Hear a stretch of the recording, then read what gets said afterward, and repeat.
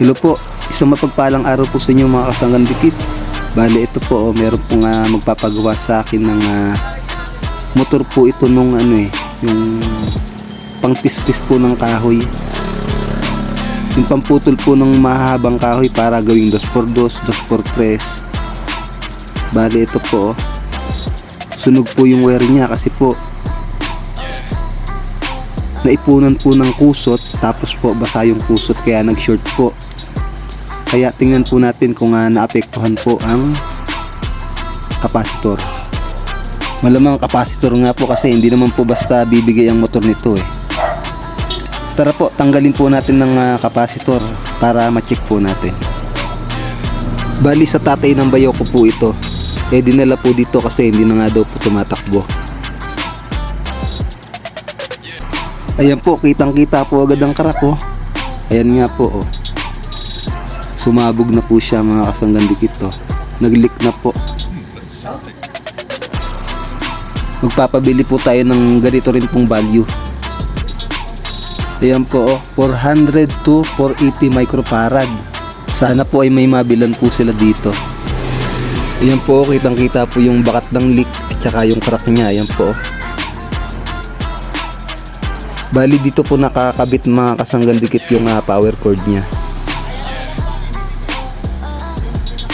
Yan bali, ito po yung value niya, 400 to 480 microfarad, 330 volts. Bali kakalasing ko na lang po, ipapadala ko po ito sa bayo ko para hindi po siya magkamali. Yan po mga kasanggan dikit, nakabili po ang bayo ko. Bali yung dating nakakabit 330 volts po siya. Pero ito pong nabili 250 lang po. Pero parehas naman po silang 400 to 480 microfarad. Yan po, magagloves na po ako. Tapos ikabit na po natin para matesting na po natin kung aandar na po siya. Yan po mga kasanggan dikit to. Bali kinabitan ko na po siya ng pansamantalang power cord para matesting po natin. Tara po, ikabit na po natin tong kapasitor.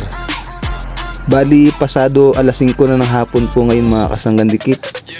Hindi na po nila makukuha to. Bukas po linggo, magsisimba po kami hindi po talaga ako nagbubukas tuwing araw ng linggo eh. Malamang Lunes po ng umaga saka po nila ito makukuha. Sapat na po yung Lunes hanggang Sabado po na maghanap buhay po tayo.